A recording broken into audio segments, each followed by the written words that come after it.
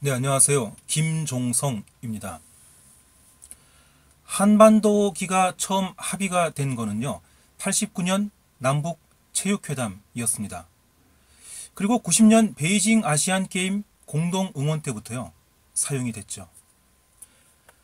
남북이 이 문제로 최초 협상을 벌인 때는요, 63년 제1차 남북 체육회담이었습니다.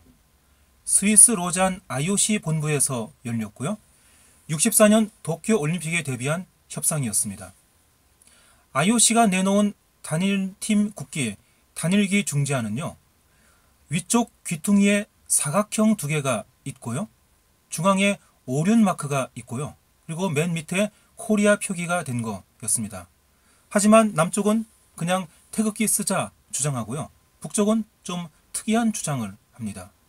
앞면은 태극기, 뒷면은 인공기, 이렇게 반반으로 가자는 건데요. 북쪽은 국가, 그러니까 이 노래 문제에서도요, 처음엔 반반을 주장을 했습니다. 63년 1월 24일 회담장에서요, 북쪽이 녹음 테이프 하나를 꺼냅니다. 단일팀 국가를 미리 녹음해온 건데요. 앞부분 25초는 북쪽 국가 애국가고요.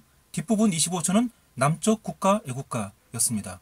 이렇게 처음엔 국가도 반반, 국기도 반반 이렇게 주장을 했죠. 사실 앞뒤 양면 국기는요, 좀 특이한 거죠. 남쪽은 당연히 반대죠. 그게 말이 되느냐.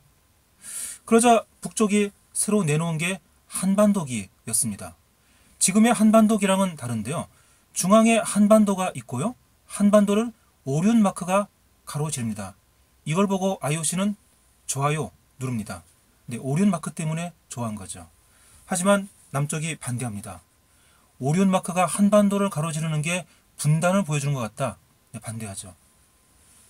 그러자 IOC가 두 번째 방안 제시합니다. IOC가 원래 제안했던 거가 있죠. 거기서 위쪽 귀퉁이 사각형 두 개를 빼고요, 왼쪽 사각형은 태극 문양, 오른쪽 사각형은 별 문양 이렇게 바꿉니다.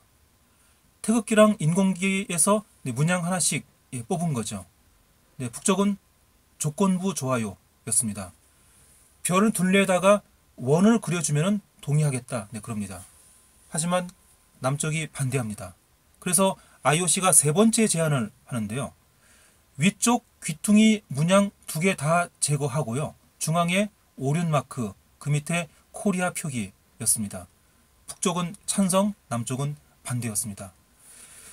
국기 문제 말고 국가나 대표팀 선발 문제는요, 쉽게 합의가 됐습니다.